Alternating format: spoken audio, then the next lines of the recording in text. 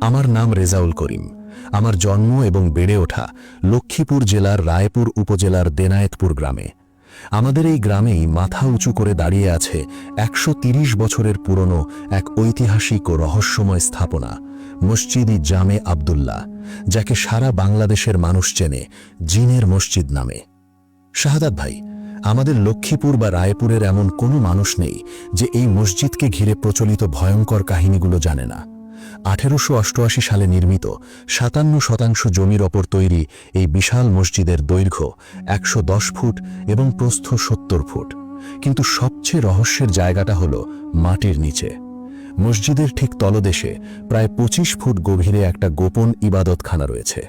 মসজিদের প্রতিষ্ঠাতা মাওলানা আবদুল্লাহ সাহেব একসময় এই মাটির নিচের গোপন কক্ষে ধ্যানে মগ্ন থাকতেন। কিন্তু কালক্রমে সেই ইবাদতখানাটি পানিতে পূর্ণ হয়ে একটা অন্ধকার অতল কূপে পরিণত হয়েছে। মুরব্বীরা সবসময় বলতেন, রাত ১২টার পর এই মসজিদের আশেপাশে কেউ যেন একা না যায়, কারণ প্রচলিত আছে এই মসজিদ সাধারণ কোনো মানুষের তৈরি নয়। রাতের আধারে জিনেরা এটি নির্মাণ করেছিল, আর গভীর রাতে নাকি ওই ২৫ ফুট গভীর কূপের ভেতর থেকে আজও জিনদের জিকিরের আওয়াজ ভেসে আসে। আমি ঢাকা থেকে পড়াশোনা শেষ করে গ্রামে ফিরেছিলাম। আধুনিক যুগের ছেলে হওয়ায় এসব জিন ভূতের গল্পকে আমি সবসময় গ্রামের মানুষের কুসংস্কার বলে হাসিয়ে উড়িয়ে দিতাম। কিন্তু আজ থেকে ঠিক ৩ বছর আগে জানুয়ারির হাড় কাঁপানো শীতের এক রাতে আমার জীবনে এমন একটা ঘটনা ঘটল যা আমার সমস্ত অহংকার আর পুরনো বিশ্বাসকে চিরতরে ভেঙে চুরমার করে দিল। ঘটনাটি জানুয়ারির মাঝামাঝি সময়ের। ওই দিন রায়পুর শহরে আমার এক দূর সম্পর্কের আত্মীয়ের বিয়ের অনুষ্ঠান ছিল। অনুষ্ঠান শেষ করে সবার সাথে আড্ডা দিয়ে যখন আমি মোটরসাইকেল নিয়ে আমাদের দেনায়েতপুর গ্রামে ঢুকি, রাত তখন প্রায় ২:৩০ বাজে। ওই রাতের আবহাওয়াটা ছিল একদম অন্যরকম। প্রচণ্ড কনকনে শীত, আর তার সাথে এত ঘন কুয়াশা পড়েছিল যে বাইকের হেডলাইটের আলোতেও ৫-৭ হাত দূরের রাস্তা পরিষ্কার দেখা যাচ্ছিল না। শীতে আমার হাত পা একদম জমে আসছিল। গ্রামে ঢোকার পর আমার বাইকটা হঠাৎ করেই রিজার্ভে পড়ে বন্ধ হয়ে গেল। গ্রামের ওই কাঁচা রাস্তায় এত রাতে বাইক ঠেলে নেওয়া সম্ভব ছিল না, তাই বাইকটা এক পরিচিত চাচার দোকানের চালার নিচে তালা মারে রেখে আমি হেঁটেই বাড়ির দিকে রওনা দিলাম। আমার বাড়ি যাওয়ার রাস্তাটা ছিল ঠিক জিনের মসজিদের গা ঘেঁষে।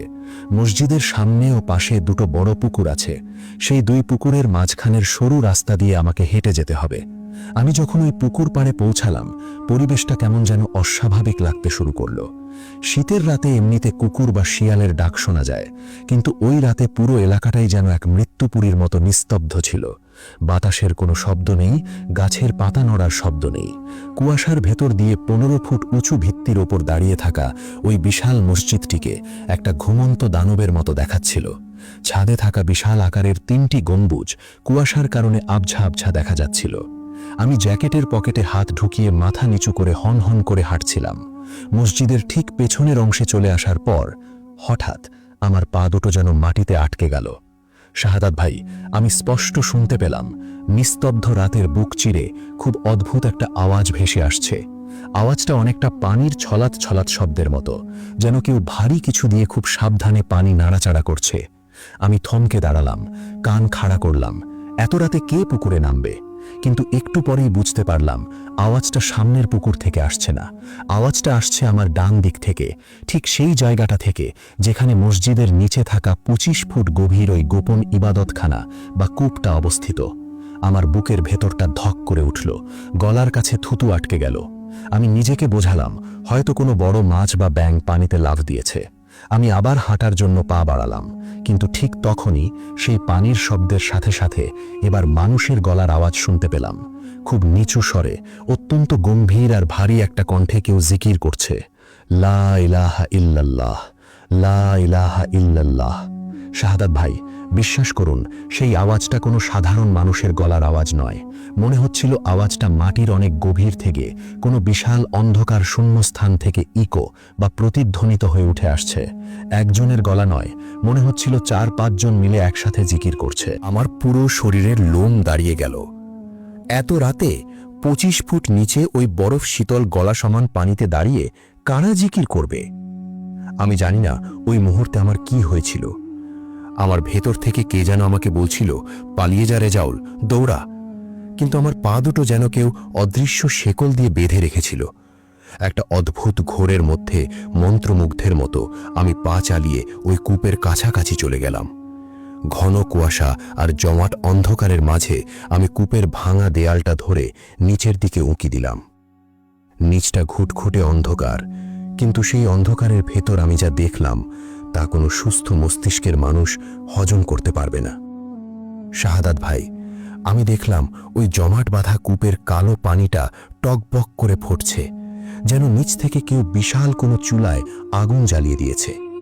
আর সেই ফুটন্ত পানির ঠিক ওপরে, হ্যাঁ ভাই, ঠিক পানির ওপর শূন্যে ভর দিয়ে 3 থেকে 4টা অস্বাভাবিক লম্বা ছায়ামূর্তি দাঁড়িয়ে আছে। তাদের উচ্চতা হবে অন্তত 9 ফুট, গায়ে ধবধবে সাদা রঙের কাপড়ের মতো কিছু জড়ানো, কিন্তু তাদের কোনো নির্দিষ্ট শারীরিক অবয়ব বা চেহারা নেই। শুধু অন্ধকারের ভেতর তাদের চোখ দুটো জ্বলন্ত কয়লার মতো দপদপ করে জ্বলছে। তারা পানির ওপর দাঁড়িয়ে নামাজে রুকু করার মতো ভঙ্গিতে ঝুঁকে আছে আর একসাথে মাথা দুলিয়ে জিকির করছে।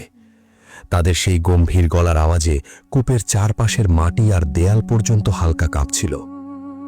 আমার পুরো শরীর তখন অবশ, আমি এক কদমও নড়তে পারছিলাম না, এমনকি চোখের পাতা পর্যন্ত ফেলতে পারছিলাম না। আমার শ্বাস প্রশ্বাস যেন বন্ধ হয়ে আসছিল। ঠিক ওই মুহূর্তে নামাজরত ওই ছায়ামূর্তিগুলোর মধ্যে সবচেয়ে লম্বা মূর্তিটা খুব ধীরে ধীরে তার মাথাটা ওপরের দিকে তুলল। জ্বলন্ত কয়লার মতো টকটকে লাল সেই চোখ দুটো সরাসরি এসে পড়ল আমার চোখের উপর। ওই চোখের দিকে তাকানোর সাথে সাথে আমার মনে হলো কেউ আমার মেরুদণ্ড দিয়ে একখণ্ড ধারালো বরফ ঠুকিয়ে দিয়েছে। আমি টের পেলাম ছায়ামূর্তিটা আস্তে আস্তে পানির উপর থেকে শূন্যে ভাসতে ভাসতে ওপরের দিকে ঠিক আমার দিকে উঠে আসছে। কাছাকাছি আসতেই আমি একটা পচা, স্যাঁতস্যাঁতে আর পোড়া মাংসের মতো উৎকট গন্ধ পেলাম। ছায়ামূর্তিটা আমার একদম মুখের সামনে এসে মানুষের ভাষায় নয়, বরং সাপের মতো বিকট এক হিস হিস শব্দ করে উঠল। সেই আওয়াজটা এতই তীব্র ছিল যে আমার কানের পর্দা যেন ফেটে যাওয়ার উপক্রম হলো। আমার মনে হলো সে আমাকে বলছে, তুই কেন এখানে এসেছিস? এরপর আমার আর কিচ্ছু মনে নেই। জ্ঞান হারানোর আগে শুধু মনে আছে আমি একটা প্রবল ধাক্কা খেয়ে মাটির ওপর ছিটকে গিয়ে পড়ে গিয়েছিলাম। যখন আমার জ্ঞান ফেরে, চোখ মেলে দেখি আমি আমার নিজের ঘরের বিছানায় শুয়ে আছি। সকালে গ্রামের কয়েকজন মুরব্বী ফজরের নামাজ পড়তে মসজিদে যাওয়ার সময় আমাকে ওই কূপের ঠিক পাশে অজ্ঞান অবস্থায় পড়ে থাকতে দেখেন এবং ধরাধরি করে বাড়িতে দিয়ে যান। টানা 7 দিন আমি 104 ডিগ্রি জ্বরে বিছানায় পড়েছিলাম। আমার মুখ দিয়ে কোনো কথা বের হচ্ছিল না। আমি শুধু শূন্য দৃষ্টিতে দেয়ালের দিকে তাকিয়ে থাকতাম আর মাঝে মাঝে ভয়ে কেঁপে উঠতাম। পরে আমার বাবা গ্রামের এক বয়স্ক ও বড় আলেমকে ডেকে আনেন। হুজুর আমাকে রুকিয়া করেন এবং পানি পড়া দেন। সব শুনে হুজুর দীর্ঘশ্বাস ফেলে বলেছিলেন, তুমি চরম ভুল করেছিলে রেজাউল। তুমি ওদের পবিত্র ইবাদতে ব্যাঘাত ঘটিয়েছিলে। ওরা তোমাকে মারতে চায়নি, শুধু ভয় দেখিয়ে সতর্ক করেছে। আল্লাহ তোমাকে নিজ হাতে বাঁচিয়েছেন, নইলে ওই রাতে তোমার মৃত্যু নিশ্চিত ছিল। শাহাদাত ভাই, আজ 130 বছর পেরিয়ে গেলেও দেনায়েতপুরের জিনের মসজিদ তার সমস্ত রহস্য বুকে চেপে ঠিক আগের মতোই মাথা উঁচু করে দাঁড়িয়ে আছে। আমি এখন আর রাত বিরাতে ওই মসজিদের আশেপাশে একা যাই না। দিনের বেলাতেও ওই কূপের পাশ দিয়ে হাঁটার সময় আমার গায়ের লোম দাঁড়িয়ে যায়, কারণ আমি নিজের চোখে দেখেছি, নিজের কানে শুনেছি, ওই মসজিদের নিচে থাকা 25 ফুট গভীর ইবাদতখানায় জিনেরা আজও রাতের আধারে তাদের সৃষ্টিকর্তার ইবাদত করে। আপনার শোয়ের মাধ্যমে সবাইকে বলতে চাই, এমন অনেক ঐতিহাসিক স্থান আমাদের আশেপাশে আছে যেখানে অদৃশ্য সত্তারা যুগ যুগ ধরে বসবাস করে আসছে। কখনোই সেগুলোকে অসম্মান করবেন না বা রাতের বেলা একা ওইসব জায়গায় গিয়ে কৌতূহল মেটানোর চেষ্টা করবেন না, কারণ কিছু কৌতূহলের মাসুল জীবন দিয়ে চোকাতে হয়। প্রিয় শ্রোতা, এই ছিল লক্ষ্মীপুরের রায়পুর থেকে পাঠানো রেজাউল ভাইয়ের জীবনের এক হাড় হিম করা বাস্তব অভিজ্ঞতা। দেনায়েতপুরের এই জিনের মসজিদ নিয়ে শুধু রেজাউল ভাই নন, আরও অনেক স্থানীয় বাসিন্দার কাছ থেকেও এমন অনেক রহস্যময় ঘটনার কথা শোনা যায়। বিজ্ঞান হয়তো এর অনেক কিছুরই ব্যাখ্যা দিতে পারবে না, কিন্তু ইসলামে জিন জাতির অস্তিত্বকে স্পষ্টভাবে স্বীকার করা হয়েছে। এমন অনেক মসজিদ বা ইবাদতখানা পৃথিবীতে রয়েছে যেখানে মানুষের পাশাপাশি জিন জাতীয় রাতের আধারে ইবাদত করে। রেজাউল ভাইয়ের সাথে ঘটা এই ঘটনাটি আমাদের মনে করিয়ে দেয় যে সৃষ্টিকর্তার বিশাল এই সৃষ্টি জগতে আমরা একা নই। আমাদের চারপাশে এমন অনেক জগৎ রয়েছে যা আমাদের দৃষ্টির অগোচরে। আজকের এই ঐতিহাসিক এবং সত্য ঘটনাটি আপনাদের কেমন লাগলো তা অবশ্যই কমেন্ট করে জানাবেন। ঘটনাটি ভালো লাগলে একটি লাইক দিন এবং বন্ধুদের সাথে শেয়ার করুন।